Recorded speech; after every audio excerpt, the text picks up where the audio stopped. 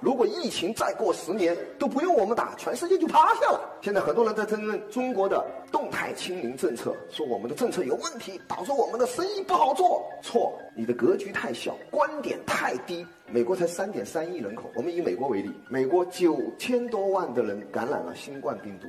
美国国会报告显示，美国这9000多万的新冠病毒患者中，已经有1400万有明显的后遗症，有200到400万的人已经丧失了劳动力。大家知道这意味着什么吗？想象一下，如果疫情再延期个5年，疫情再延期个10年，假设意味着西方躺平政策下的西方世界的劳动力就会什么？就会荡然无存。